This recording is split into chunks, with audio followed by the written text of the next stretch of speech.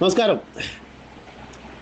2 ദിവസം മുമ്പേ നടന്ന കൊലപാതകം ഞാനിത് പറയുമ്പോൾ കുറേ ആൾക്കാർക്ക് തെറ്റായി തോന്നാം, അല്ലെങ്കിൽ എന്താ പറയുക, മണ്ടത്തരമായി തോന്നാം, എന്തോ ആയിക്കോട്ടെ. എൻ്റെ നിലപാടുകൾ, അഭിപ്രായങ്ങൾ രേഖപ്പെടുത്താൻ എനിക്ക് എൻ്റെ സോഷ്യൽ മീഡിയ ഉണ്ടല്ലോ, അപ്പോൾ എൻ്റെ അഭിപ്രായം രേഖപ്പെടുത്താലോ. ഈ വിഷയത്തിൽ സിനിമ എന്നുള്ളത് ഒരു 60% സിനിമയെ ശരിക്ക് അനുകരിക്കുന്നുണ്ട് യുവാക്കൾ. 100% അതിൽ ഉറപ്പാണ്. ആ കാര്യത്തിൽ 60%-ഓളം സിനിമയെ അനുകരിക്കാൻ ശ്രമിക്കുന്നുണ്ട് യുവാക്കൾ എന്നുള്ളത് കാര്യം ഉറപ്പായ കാര്യമാണ്. മാർക്കോ എന്ന് പറയുന്ന സിനിമയുടെ പേരെടുത്ത് പറയാം.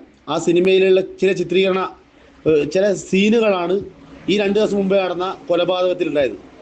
ശരിക്കും എന്താ പറയുക, സിനിമയെ കണ്ടിട്ട്, നമ്മളൊരു സിനിമ കണ്ടിട്ട് പുറത്തിറങ്ങുമ്പോൾ നമ്മൾ അതേ ആവേശം നമ്മൾ പുറത്തും കാണിക്കാറുണ്ട്. ഒരു ആവേശം കുറച്ച് സമയത്തേക്കും ആ ആവേശം നമ്മളെ മനസ്സിലുണ്ടാവും.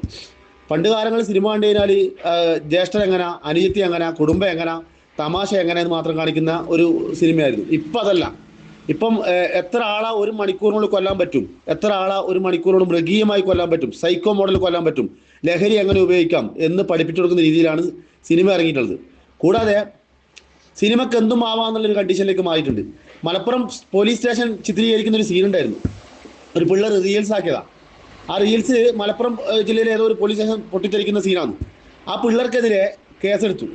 അങ്ങനെയാണ് എൻ്റെ അറിവ്. സിനിമയിൽ കാണിക്കുന്ന എന്ത് കോപ്രായത്തിലും ഒരു കേസോ നടപടിയോ ഒന്നുമില്ല. എന്തും കാണിക്കാം, അത് ആരും അനുകരിക്കില്ല. സിനിമയാണെന്ന് മനസ്സിലാക്കിക്കോളും എന്നുള്ള വാദമാണ് ഇത്രയും കാലം ഉണ്ടായത്. സിനിമയാണെന്ന് മനസ്സിലാക്കിക്കൊള്ളുന്നത് സിനിമയല്ല എന്ന ബോധം യുവാക്കളുടെ എത്തിപ്പെടുന്ന രീതിയിലാണ് ഇപ്പം ഇങ്ങനെ ഒരുപാട് അക്രമങ്ങൾ നടന്നുകൊണ്ടിരിക്കുന്നത്. ഭയങ്കരമായ ദൂഷ്യഫലം ചെയ്യുന്ന രീതിയിലേക്കാണ് ഇപ്പോഴുള്ള സിനിമ ഇറങ്ങിക്കൊണ്ടിരിക്കുന്നത്. ആയതിനാൽ സിനിമയെക്കുറിച്ച് പറയുമ്പോൾ ഒരുപാട് ആൾക്ക് വേദനിക്കും.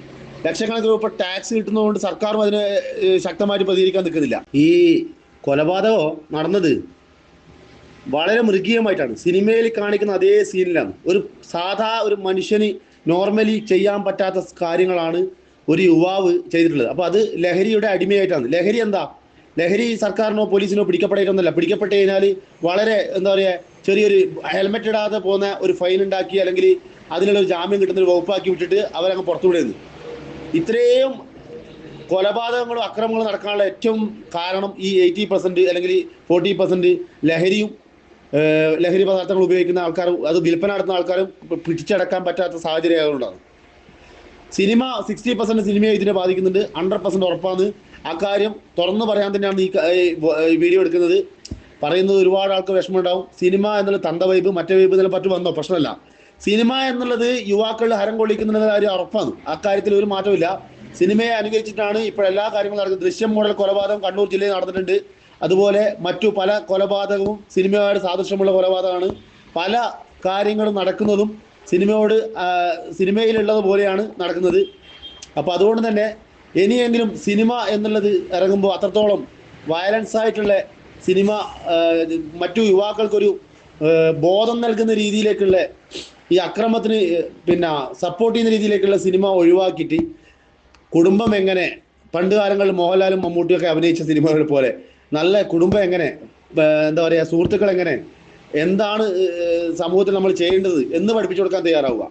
ആരും ഒരാളൊരു വർഗീയമായിട്ടുണ്ടെങ്കിൽ സംസാരിക്കുകയാണെങ്കിൽ അതിനെതിരെ കേസ്, ഒരു ആഹ്വാനം ചെയ്യണം അതിനെതിരെ കേസ്.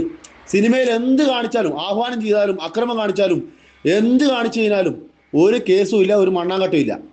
സിനിമയാണ് യുവാക്കളെ വഴിയെത്തിച്ചെന്നുള്ളത് 100% ഉറപ്പാണ്. അത് എടുത്തു പറയുമ്പോൾ ചില ആൾക്ക് വേദനിക്കും. 100% അത് ആവർത്തിച്ച് പറയുന്നു.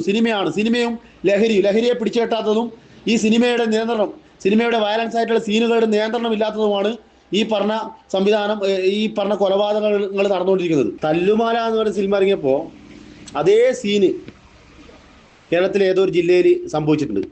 അതിലുള്ള തല്ല് പോലെ തന്നെ അത്രയും അതേ സീനിൽ തല്ല് സംഭവിച്ചിട്ടുണ്ട്. അതേപോലെ പല കൊലപാതകങ്ങളും പല അക്രമങ്ങളും നടക്കുന്നത് സിനിമയിലുള്ള സീൻ അനുകരിച്ചിട്ടാണുള്ള കാര്യം ഉറപ്പാണ്. നമ്മൾ തന്നെ ഒരു സിനിമക്ക് കയറി സിനിമ ടാക്കീസിൽ നിന്ന് പുറത്തിറങ്ങുമ്പോൾ, പുലിമുരുകം പോലെയുള്ള സിനിമ കണ്ടിട്ട് പുറത്തിറങ്ങി കഴിഞ്ഞാൽ നമ്മളെ എന്താ പറയുക, നമ്മൾ പൊതുവെ ഒരു ആവേശത്തിലാണ് പുറത്തേക്ക് ഇറങ്ങുന്നത്. ഒരു ആവേശം നമുക്ക് കിട്ടുന്നുണ്ട്. അപ്പം അതേപോലെ ആ ആവേശം ലഹരിയും കൂടി തലയിൽ കയറി കഴിഞ്ഞാലുള്ള അവസ്ഥ എന്താ? ഇതാണ് സംഭവിക്കുന്നത്. നിങ്ങൾ ഇതിൽ കാണിക്കുന്ന ചിത്രങ്ങൾ ഓരോന്നും കണ്ടുനോക്ക്. സിനിമയിലുള്ള സീന് പോലെ കസേരയിൽ ഇരുത്തിയിട്ടാണ് കാമുകിയെ കൊലപ്പെടുത്തിയത്. കസേരയിൽ ഇരുത്തിയിട്ട് അതുപോലെ മറ്റെല്ലാ കൊലപാതകങ്ങളും സിനിമയെ അനുകരിച്ചിട്ടുള്ളതാണ്. സിനിമയാണ് ഇത് പഠിപ്പിച്ചു കൊടുക്കുന്നത്. സിനിമയാണ് ഇത് പഠിപ്പിച്ചു കൊടുക്കുന്നത്. ആവർത്തിച്ച് പറയുന്നു, സിനിമയാണ് ഇത് സമൂഹത്തിലെ യുവാക്കളെ വഴിതിരിക്കുന്നത് എന്ന് ഞാൻ ആവർത്തിച്ച് പറയുന്നു. ഇതിനെതിരെ എന്ത് കേസോ ഉണ്ടാൻ വേണ്ടിയോ വന്നു കഴിഞ്ഞാൽ അത് നേരിടാനും തയ്യാറാണ്. ഓക്കെ.